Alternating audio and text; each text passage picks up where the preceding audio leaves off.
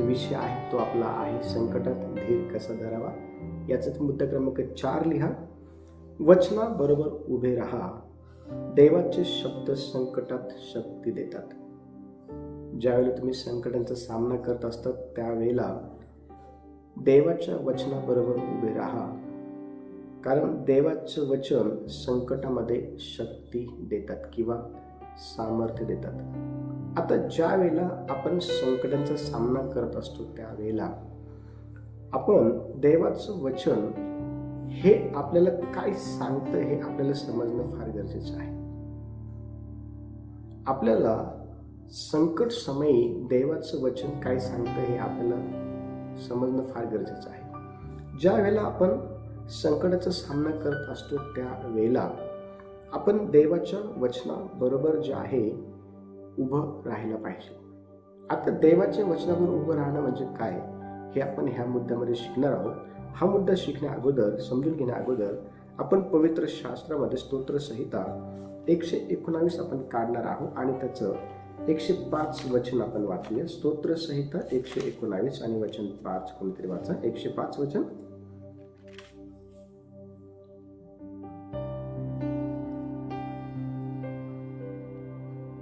तुझे वचन माझ्या पावलांसाठी दिव्यासारखे व माझ्या मार्गावर प्रकाशासारखे आहे. Very good.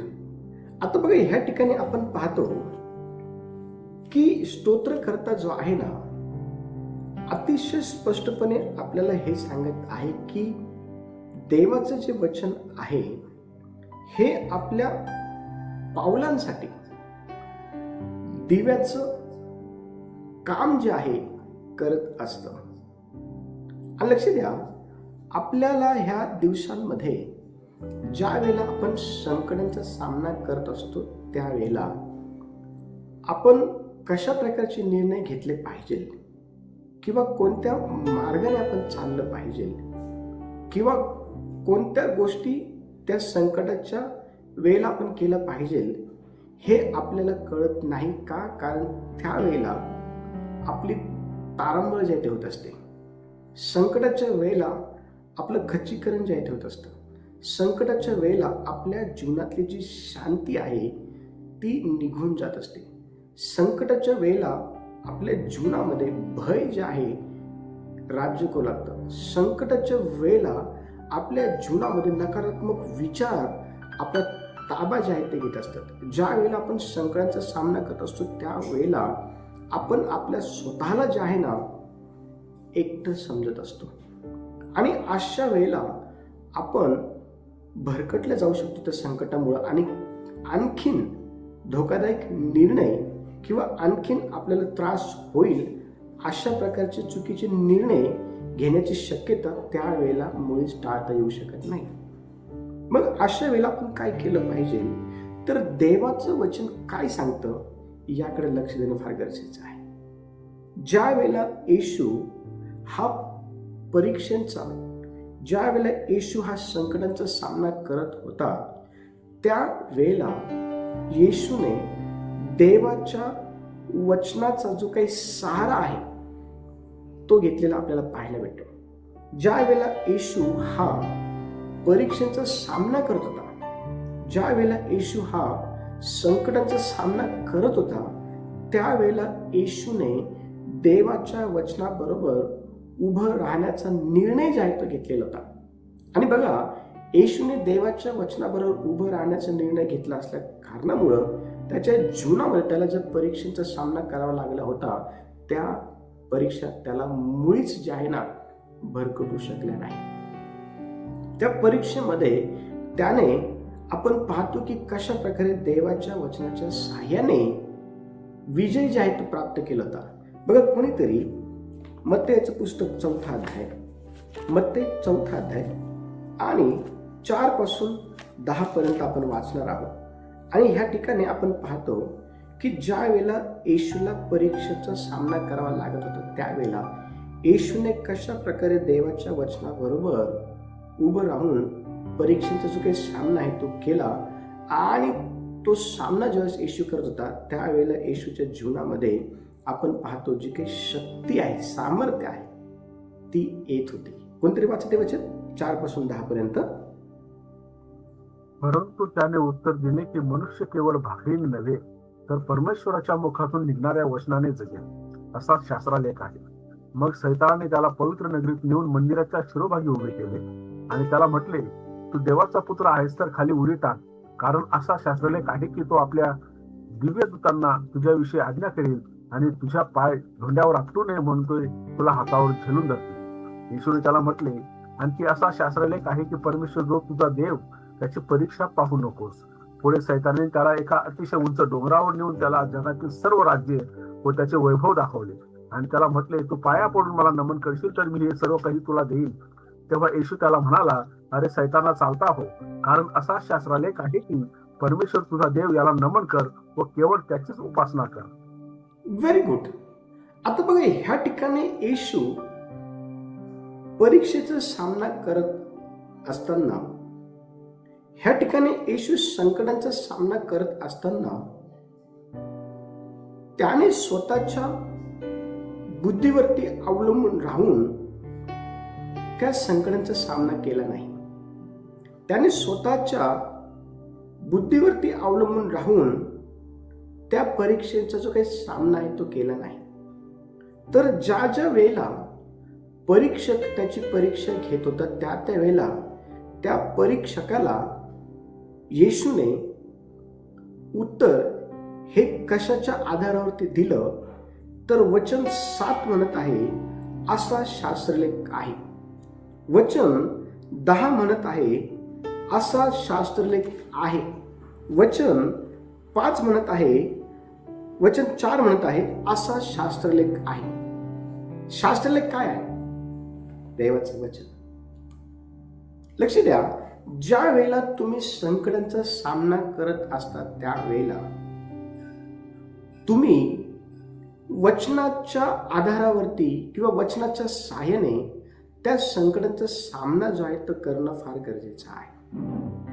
आता ज्या वेळेला आपण पवित्र शास्त्र वाचतो, देवाचं वचन अतिशय स्पष्टपणे आपल्याला हे सांगतं की अनेकांना संकटांचा सामना करावा लागला पवित्र शास्त्रामध्ये. पण ज्या ज्या वेळेला त्यांना संकटाचा सामना करावा लागला त्या वेळेला आपण पाहतो की पेत्र जो आहे, पेत्राला संकटाचा सामना करावा लागला. ज्या वेळेला आपण प्रेषणाचं पुस्तक आपण वाचतो तर प्रेषणाच्या पुस्तकामध्ये पेत्राला तुरुंगामध्ये टाकण्यात आलेलं होतं.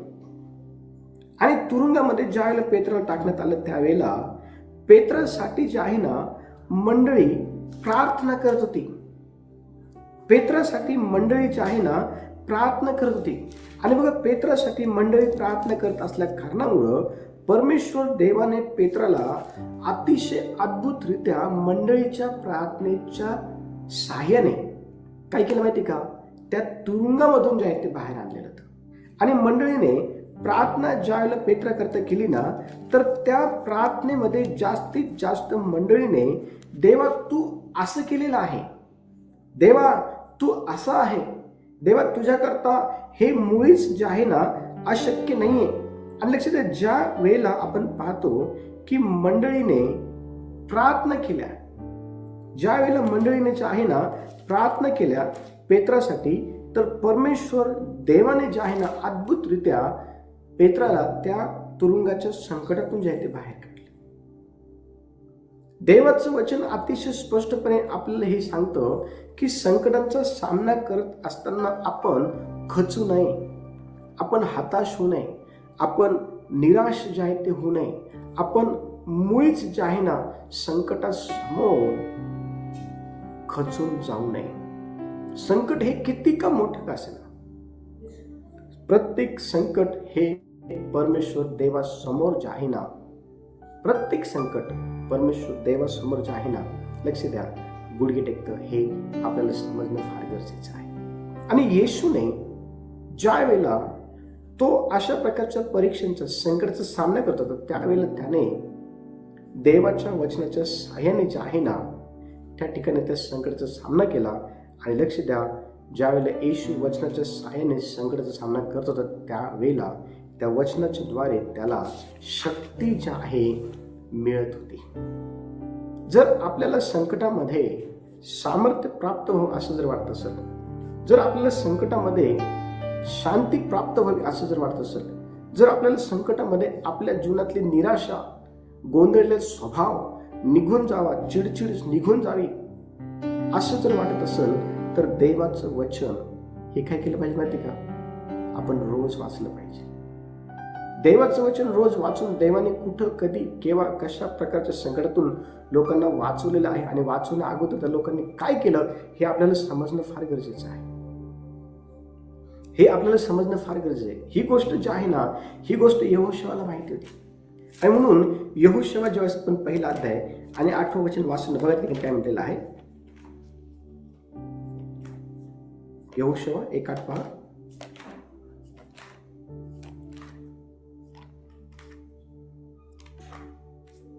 नियमशास्त्राचा हा ग्रंथ तुझ्या मुखी सदैव असू दे.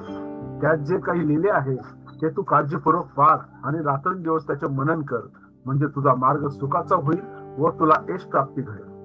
Very good. किती स्पष्टपणे ह्या ठिकाणी आपल्याला हे पाहायला भेटतं की नियमशास्त्राचा हा ग्रंथ तुझ्या मुखी सदैव असू दे. आपण जर बायबल जर रोज वाचत गेलो तर पवित्र आत्मा आपल्याला त्या गोष्टींची आठवण करून देईल ज्या गोष्टी यामध्ये लिहिलेल्या आहेत. आणि लक्ष द्या, ज्या वेळेला आपण संकटामध्ये अडकतो त्यावेळेला आपलं लक्ष त्या पर्टिक्युलर त्या गोष्टीकडे आपलं लक्ष जातं ज्या ठिकाणी देवाने त्याच्या लोकांच्या जीवनामध्ये काम करून त्यांना संकटातून बाहेर काढलं. आणि म्हणून देवाचं वचन वाचणं फार गरजेचं आहे. संकटामध्ये आपण देवाच्या वचनाचा वापर करणं फार गरजेचं आहे. संकट आल्यानंतर आपण मुळीच आपल्या स्वतःच्या बुद्धीवरती अवलंबून राहू नये. संकट आल्यानंतर आपण मुळीच आपल्या ताकदीवरती, आपल्या सोर्सवरती, आपल्या ज्ञानावरती मुळीच अवलंबून राहू नये. तर आपण देवाच्या वचनावर अवलंबून राहणं फार गरजेचं आहे. तर आपल्याला निभावं लागेल, तर ते संकट आपल्या जीवनातून निघून जाईल, तर त्या संकटाला आपण पळवून लावू शकतो. वचन स्पष्टपणे सांगतं. लक्ष द्या, आपल्याला देवाने का निवडलेलं आहे ह्या दिवसांमध्ये हे आपल्याला समजणं फार गरजेचं आहे. 5वा मुद्दा क्रमांक 5 लिहा. संकटाचा सामना करताना, ज्यावेळेस तुम्ही संकटाचा सामना करता त्यावेळेला देवाची स्तुती करा. स्तुती संकट जे आहे ना बदलून टाकते. मुद्दा क्रमांक 5 लिहा. जेव्हा तुम्ही संकटाचा सामना करत असता त्यावेळेला देवाची स्तुती, देवाची आराधना करा. कारण ज्या वेळेला तुम्ही संकटामध्ये देवाची स्तुती, देवाची आराधना करतात त्यावेळेला ती आराधना तुमच्या संकटांना बदलून टाकते. संकट ज्या वेळेला आपल्यावर येतं त्यावेळेला ते संकट आपल्याला मुळीच देवाची आराधना करण्याकडे जे आहे ना जाऊ देत नाही. ते संकट आपल्या जीवनामध्ये आपलं काय काय नुकसान झालंय, कोणत्या भागामध्ये डॅमेजेस आलेले आहे, किती चिंता आता आहे, किती प्रॉब्लेम आता उद्भवलेले आहे, याकडं ते संकट जास्तीत जास्त आपलं लक्ष जे आहे ते लावत असतं. ते संकट मुळीच आपल्याला देवाच्या स्तुतीकडे, देवाच्या आराधनेकडे जे आहे ते लक्ष लावू देत नाही. ज्यावेळेला आपण संकटाचा सामना करतो ना, लक्ष द्या, वचन स्पष्टपणे सांगतो. स्तोत्र संहिता 34 आणि वचन 1 ज्यावेळेस आपण वाचतो तर दावीद राजा ठिकाणी काय बघा. स्तोत्र संहिता 34 वचन 1. परमेश्वराचा धन्यवाद मी सर्वदा करेन, माझ्या मुखात त्याचे श्रवण सतत असेल. मी परमेश्वराचा धन्यवाद सर्वदा करेन, माझ्या मुखामध्ये त्याचं जे स्तवन आहे ते सतत राहील. लक्ष द्या, संकटामध्ये जरी मी असलो तरी मी परमेश्वराचं स्तवन करल. संकटामध्ये जरी मी असलो तरी मी परमेश्वर देवाच्या नावाचा धन्यवाद करल. आणि जरी संकटामध्ये नसलो तरी ह्या गोष्टी मी करत राहील. पवित्र शास्त्रामध्ये आपण पाहतो पौल आणि सिलास देवाची सेवा करत असताना त्यांना तुरुंगामध्ये टाकण्यात आलं. आणि तुरुंगामध्ये टाकण्यात आल्यानंतर त्या ठिकाणी पॉल आणि सिलास हे कुठल्याही प्रकारे न घाबरता, न कचरता, न खचता, कुठल्या प्रकारे डिस्टर्ब न होता त्यांनी कोणत्या गोष्टी केल्या माहिती का? वचन सांगतं पॉल आणि सिलास त्या तुरुंगामध्ये, त्या बेड्यांमध्ये असताना त्यांनी देवाची स्तुती केली, देवाची आराधना त्यांनी केली. आणि परिणाम काय झाला माहिती का? देवाची स्तुती, देवाची आराधना करत असताना त्यांचे जे बंधन आहे ते बंधन तुटले. भूमिकंप त्या ठिकाणी झाला. स्तुती आराधना तुमच्या संकटांना बदलून टाकते. ज्यावेळेला तुम्ही संकटामध्ये आहात, लक्ष द्या, तुमची शुगर किती का असेना, देवाची स्तुती आराधना करा. तुमच्या परिवारामध्ये कोणी किती आजारी असेना, देवाची स्तुती आराधना करा. तुमच्या जीवनामध्ये आता तुम्हाला वाटत असेल की आता काही होऊ शकत नाही, त्यावेळेला देवाची स्तुती आराधना करा. लक्ष द्या, ज्या वेळेला इस्रायल लोक हे लाल समुद्राजवळ आले, त्यावेळेला त्यांनी ओरड केली आणि ते म्हटले, मिस्रामध्ये मेलो असतो तर बरं झालं असतं. लक्ष द्या, माग फारोचं सैन्य होतं आणि मोशे परमेश्वर देवाकडे विनंती करण्यासाठी गेला. त्यावेळेस परमेश्वर म्हणाला, ही वेळ विनंती करण्याची का? तुझ्या हातामध्ये काय आहे? समुद्रावरती उघड. लक्ष द्या, आपल्या हातामध्ये ज्यावेळेस आपण संकटामध्ये असतो, त्रासामध्ये, दुःखामध्ये, वेदनांमध्ये, प्रॉब्लेम मध्ये असतो, त्यावेळेला आपल्या हातामध्ये काय माहिती का? आपल्या हातामध्ये वचनाची तलवार आहे. ही हाड, मांस, मज्जा, सांधे यांना भेदून आरपार जाते. तुमचं काम होत नाहीये का? काळजी करू नका. देव हा महान आहे. तुम्ही संकटामध्ये आहात का? काळजी करू नका. देव हा महान आहे. ज्या वेळेला आपण प्रेषितांचं पुस्तक 16वा अध्याय काढतो, प्रेषित 16 अध्याय आणि 25 ते 26 वचन पहा काय म्हणत आहे त्या ठिकाणी. 25 ते 26 वचन. मध्यरात्रीच्या सुमारास पौल व सिला हे प्रार्थना करत असता व गाणी गाऊन देवाची स्तुती करत असता बंदिवान त्यांचे ऐकत होते. तेव्हा एकाकी असा मोठा भूमिकंप झाला की बंदीशाळेचे पाय डगमगले, सर्व दरवाजे लगेच उघडले व सर्वांची बंधने तुटली. आमेन, प्रेज द लॉर्ड. काय झालं ठिकाणी? वचन सांगतं की तुरुंगामध्ये पॉल आणि सिलास असताना ते चिंता करत बसले नाही. ते बंदीगृहामध्ये असताना, तुरुंगामध्ये असताना त्यांनी देवाची प्रार्थना केली, त्यांनी देवाची स्तुती स्तवन केलं, देवाचे गाणे त्यांनी त्या ठिकाणी गायले. आणि त्यांनी केलेल्या स्तुती स्तवनामुळं, त्यांनी केलेल्या आराधनेमुळं, त्या आराधनेने त्यांची परिस्थिती बदलून टाकली. मोठा भूमिकंप झाला आणि सर्वांची बंधन जे आहे ना ती तुटली. लक्ष द्या, तुम्ही जर देवाची स्तुती, देवाची आराधना जर केली, देवाकडे प्रार्थना जर केली, तर तुमच्या जीवनातलं संकट जे आहे ना दम तोडून टाकेल. तुमच्या जीवनातले प्रॉब्लेम जे आहे ना दम तोडून टाकेल. जे तुम्हाला त्रास देतात, जे तुमची मानसिकता खराब करतात, जे तुम्हाला व्यवस्थित जेवण जे आहे ते करू देत नाही, जे एक सतत तुमच्या जीवनातली शांतता भंग करून टाकतं. लक्ष द्या, जर तुम्ही देवाची स्तुती आराधना केली, रोज देवाचे गाणे घरामध्ये लावायचे, रोज सकाळ संध्याकाळ बोलत जा पाठीमागं. युट्यूब आहे तुमच्या प्रत्येकाच्या मोबाईलकडे, प्रत्येकाकडे मोठा मोबाईल आहे. घरामध्ये देवाचे गाणे लावा आणि ऐका, ते मागं मागं बोला. तुमच्या जीवनातले प्रॉब्लेम, तुमच्या जीवनातल्या समस्या, तुमच्या जीवनातल्या प्रत्येक गोष्टी ह्या हार मानतील देवासमोर. पौल आणि सिलास ह्यांनी देवाची स्तुती, देवाची आराधना केली, देवाकडे प्रार्थना केली. लक्ष द्या, वचन सांगतं त्यांच्या स्तुती आराधनेमुळं त्या ठिकाणी मोठा भूमिकंप झाला, त्यांची बंधनं जी आहेत ती तुटली. जर त्यांची बंधन तुटू शकतात, जर देव त्यांना तिथून बाहेर काढू शकतो त्यांनी केलेल्या स्तुती आराधनेमुळं, तर तो आपल्याला काढू शकणार नाही का? तर उत्तर आहे हो, काढू शकल, कारण तो काल, आज आणि युगानुयुग एकसारखा देव आहे. उत्तर आहे हाँ, परमेश्वर हमें हमारी समस्याओं से छुड़ावे. क्यों? क्योंकि वो कभी नहीं बदलता. तो कधीच बदलत नाही. लक्ष द्या, तो आज पण ते काम करण्यासाठी त्याच्या लेकरांच्या जीवनामध्ये इच्छुक आहे. तर त्याच्या लेकरांनी काय केलं पाहिजे संकटामध्ये? त्याच्या लेकरांनी काय केलं पाहिजे प्रॉब्लेम मध्ये? त्याच्या लेकरांनी काय केलं पाहिजे? स्तुती आराधना केली पाहिजे. देवाकडं आरोळी जी आहे ती मारली पाहिजे. आणि निश्चित अर्थाने देव हा तुमची बंधनं तोडल्याशिवाय राहणार नाही. तुमचे आजार बरे केल्याशिवाय राहणार नाही. तुमच्या जीवनातली जी शांती निघून गेली आहे ती परत आणल्याशिवाय राहणार नाही. तुमच्या जीवनात रिस्टोरेशन आणल्याशिवाय राहणार नाही.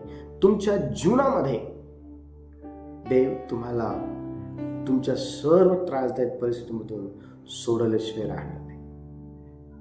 6वा मुद्दा क्रमांक 6 लिहा. परमेश्वराची भीती बाळगा. तो तुमची ढाल आहे ज्या वेळेला तुम्ही संकटाचा सामना करत असता त्यावेळेला.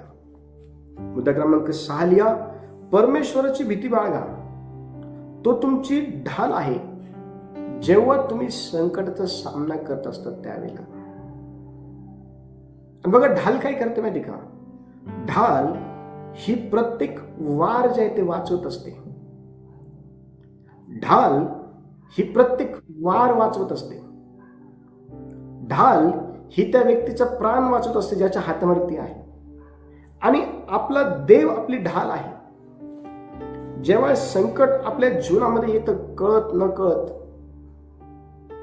त्यावेळेला त्या संकटामुळं आपल्याला कोणत्याही प्रकारच्या इजा होऊ नये, कोणत्याही प्रकारची जीवित हानी होऊ नये म्हणून परमेश्वर देव हा आपली ढाल जे आहे ते बनवत असतो. आणि बघा वचन काय सांगत आहे? स्तोत्रसंहिता 125 आणि वचन 1 पहा काय म्हणत आहे. स्तोत्रसंहिता 125 आणि वचन 1. ज्यांचा भाव परमेश्वरावर आहे ते निश्चल व सर्व काळ टिकणाऱ्या सिंहन डोंगरासारखे आहे. Very good. ज्याचा भाव परमेश्वरावरती आहे, ज्याचा विश्वास, ज्याचा भरोसा परमेश्वरावरती आहे ना, तो सर्व काळ टिकणाऱ्या सियोन डोंगरासारखा आहे. जर तुम्ही परमेश्वरावरती विश्वास ठेवणारे लोक असाल, जर तुम्ही परमेश्वरावरती भरोसा ठेवणारे लोक असाल, जर तुम्ही त्याच्यावरती भाव ठेवणारे लोक असाल, तर तुमच्या जीवनामध्ये कितीही संकट आलं ते तुम्हाला तस नमस करू शकणार नाही. ते मुळीच तुम्हाला हलवू शकणार नाही. का माहिती का? कारण परमेश्वर हा तुमची ढाल झालेला आहे. कारण परमेश्वर देव हा तुमची ढाल झालेला आहे.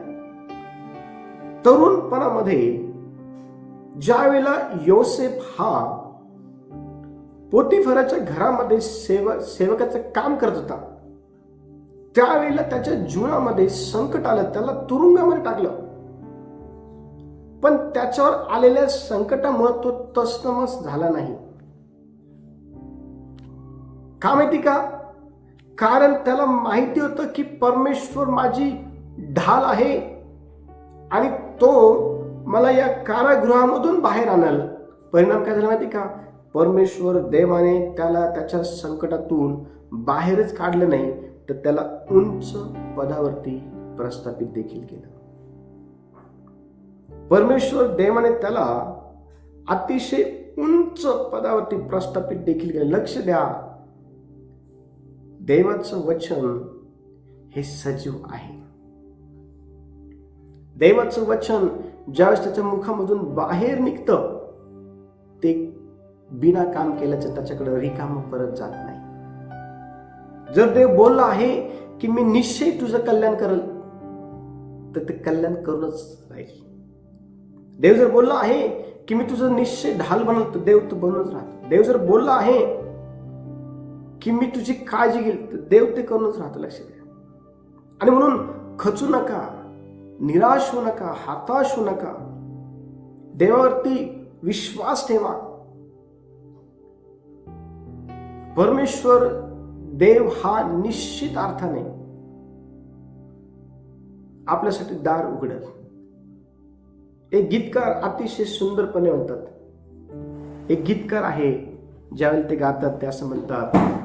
एक गीत आपण एक कडवं मी गाऊन दाखवतो. जब सारे दरवाजे तुझे बंद दिखे, जब सारे दरवाजे तुझे बंद दिखे, समझो नया द्वार खोला है प्रभु ने, समझो नया द्वार खोला है प्रभु ने. जब सारे दरवाजे तुझे बंद दिखे, जब सारे दरवाजे तुझे बंद दिखे, समझो नया द्वार खोला है प्रभु ने, समझो नया द्वार खोला है प्रभु ने. हो, तुमच्या जीवनात आलेलं प्रत्येक संकट हे दार बंद करून टाकतं. विचार करण्याची शक्ती बंद होऊन जाते. खाण्यामध्ये मन लागत नाही, कोणतीच गोष्ट करण्यामध्ये मन लागत नाही. जीवनातली शांती जी आहे ती निघून जाते, अशांतता जीवनामध्ये येते, भीती वाटते. ज्यावेळेस संकट आपल्या जीवनामध्ये येतं ना, त्यावेळेस ते आपलं खच्चीकरण करतं. आपण आतून पूर्णपणे पिळला जातो. संकट आपले अश्रू बाहेर काढतं. संकट आपल्याला असुरक्षित जे आहे ते करत असतं. संकट आपल्या जीवनातले सर्व दरवाजे बंद करून टाकतं. पण एक दरवाजा नेहमी उघडा असतो, तो कधीच बंद होत नाही, आणि तो आहे देवाचा दरवाजा. आणि म्हणून ज्या वेळेला संकट येतं ना, त्यावेळेला हे लक्षात ठेवा की परमेश्वर तुम्हाला त्यातून बाहेर काढेल. परमेश्वर देवाने योसेफाला त्या तुरुंगातून जे आहे बाहेर काढलं आणि त्याला उंच अशा पदावरती त्याला प्रस्थापित केलं. आणि देवाने दाखवून दिलं की त्याच्या लेकरांच्या जीवनामध्ये कितीही संकट आले तरी परमेश्वर त्या सर्वांमधून त्यांना सोडवतो. देवाचं सांगतं की धार्मिक हा 7 वेळेस जरी पडला तरी परमेश्वर त्याला सपशेल उभं करतो. पण दुष्ट जर पडला त्याला कोणी उभं करत नाही. लक्ष द्या, देवाच्या दृष्टिकोनातून आपण देवाच्या वचनाप्रमाणे संकटांचा सामना करणं फार गरजेचं आहे. आणि देवाचं काय सांगत आहे की आपण परमेश्वराची भीती बाळगली पाहिजे, तर तो आपली ढाल जी आहे ती होत असतो. आणि परमेश्वराची भीती योसेफ बाळगणार होता आणि परमेश्वर त्याची ढाल झाला आणि परमेश्वराने त्याला त्या तुरुंगातून, बंदिगृहातून बाहेर काढलं आणि त्याला उंच पदावर प्रस्थापित केलं. 7वा मुद्दा क्रमांक 7 लिहा. संकट समयी येशूकडे लक्ष द्या, तो धीराचा आदर्श आहे. मुद्दा क्रमांक 7 लिहा. संकट समयी येशूकडे लक्ष द्या, तो धीराचा आदर्श आहे. ज्या वेळेला तुम्ही संकटाचा सामना करत असता त्यावेळेला तुम्ही संकटांकडे बघू नका, तुम्ही लोकांकडे धाव घेऊ नका ते तुम्हाला संकटातून बाहेर काढतील म्हणून. नाही, तुम्हाला संकटातून बाहेर काढण्याकरता एकच नाव पुरेसं आहे, जे प्रेषित 4:12 आपल्याला पाहायला भेटतं. ते येशूचं नाव आहे. आणि येशूकडं तुम्ही लक्ष दिलं पाहिजे. आणि जर तुम्ही येशूकडे लक्ष द्याल, तो निश्चित अर्थाने तुम्हाला तुमच्या संकटातून बाहेर काढल्याशिवाय राहणार नाही. बघा, इब्री लोकांचं पत्र 12 अध्यायाने वचन 2 काय म्हणत आहे? इब्री 12 अध्यायाने वचन 2 काय म्हणत आहे?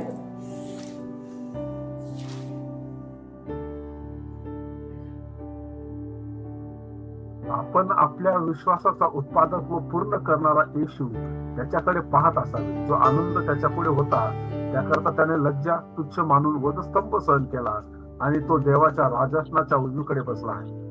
आमेन, प्रेज द लॉर्ड. काय म्हटलंय बघा, आपण कुणाकडे पाहिलं पाहिजे?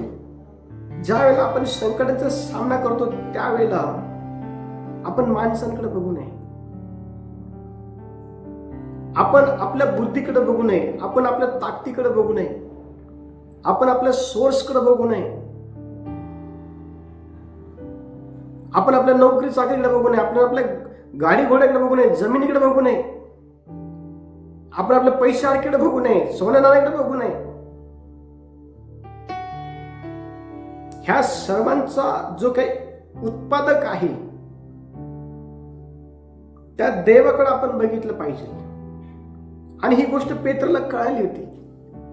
ज्या वेळेला पेत्र हा समुद्राच्या पाण्यावर चालत होता त्याने येशूकडे पाहिलं, आणि जोपर्यंत तो येशूकडे पाहत होता तोपर्यंत तो त्या समुद्राच्या पाण्यावरती चालत होता. पण तुम्हाला माहिती का, ज्या वेळेला त्याने येशूकडे पाहणं सोडलं, वचन सांगतं त्या ठिकाणी तो बुडू लागला. ज्यावेळेला तुमच्या जीवनामध्ये संकट येतात ना, त्या संकटांमध्ये देवाकडे बघा. त्या संकटांमध्ये देवाला आरोळी मारा. त्या संकटांमध्ये आराधना करा. त्या संकटांमध्ये प्रार्थना करा. त्या संकटामध्ये बायबल वाचा. त्या संकटांमध्ये देवाला धरून राहा. त्या संकटामध्ये विश्वास ठेवा. ते संकट तुमच्यावरती मुळीच हावी होणार नाही. ते संकट तुमच्या जीवनामध्ये मुळीच तुम्हाला नुकसान पोहोचवणार नाही. पेत्राने आपण पाहतो की त्याच्या जीवनात संकट आलं, पण त्यावेळी त्याने देवाचा धावा केला. त्यावेळी त्याने त्याच्याकडे बघितलं. मी सांगतो त्याला देवाने बुडता बुडता वाचवलं. बघा वचन काय सांगितलं कोणीतरी, मत्ते 14 अध्याय 29 ते 31 वचन पहा. मत्ते 14 अध्याय 29 ते 31 वचन काय म्हणत आहे. त्याने म्हटले, ये. तेव्हा पेत्र येशूकडे जाण्यासाठी तारवातून उतरून पाण्यावर चालू लागला, परंतु वारा पाहून तो भ्याला आणि बुडू लागला असता ओरडून म्हणाला, प्रभूजी मला वाचवा. येशूने तत्क्षणी हात पुढे करून त्याला धरले व म्हटले, अरे अल्पविश्वासी, तू संशय का धरलास? Very good. बघा किती साध्या आणि सोप्या भाषेमध्ये संकटामध्ये येशूकडे कसं पाहिलं पाहिजे हे ह्या शास्त्रीय भागातून आपण समजून घेतो. संकट येतील, प्रॉब्लेम येतील, समस्या येतील, त्रास येस, पण अशा वेळेला आपण येशूकडे पाहायला पाहिजे. अशा वेळेला आपण येशूचा धावा जवळ केला पाहिजे. अशा वेळेला आपण वचन वाचलं पाहिजे. आणि ज्यावेळेला सर्व गोष्टी आपण करतो, देव आपल्याला आपल्या संकटातून जे आहे ते सोडतो. आणि मग निराश होऊ नका, हताश होऊ नका. यावेळेला तुम्ही ज्या पण गोष्टींचा सामना करत असाल, वैयक्तिकरित्या तुम्ही ज्या पण गोष्टींचा सामना करत असाल, जीवनामध्ये शांती नसेल, आजार असेल, जीवनामध्ये प्रॉब्लेम असेल, भीती असेल, निराशा असेल, संसाराची चिंता असेल, लेकरांची चिंता असेल,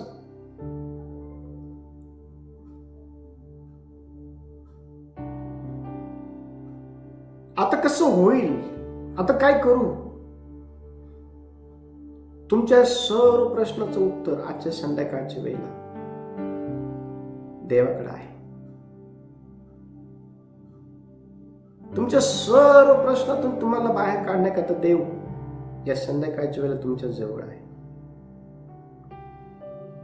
वचन सांगतं, माझ्या मुला, माझ्या मुली, मला हाक मार, म्हणजे मी तुला उत्तर देईल. ही वेळ आहे देवाला हाक मारण्याची. देवाला हाक मारा की देवा माझे आजार बरे कर. देवाला हाक मारा, देवा माझी परिस्थिती बदल. देवाला हाक मारा, देवा माझ्या जीवनातली सर्व चिंता दूर कर, भीती दूर कर, निराशा दूर कर. देवा ज्यांच्या बरोबर माझे संबंध चांगले नाही, तुटलेले आहे, त्यांच्याबरोबर माझे संबंध प्रस्थापित कर. देवा माझ्या वागणुकीमुळे मी तुला ठेच पोहोचले, मला क्षमा कर. Thank you Jesus. जिथं कुठं तुम्ही प्रार्थना करा, देव तुमची प्रार्थना ऐकत आहे. देव तुम्हाला तुमच्या प्रार्थनेचं उत्तर देत आहे. देवा या वचनाच्या द्वारे सर्वांना आशीर्वादित करो.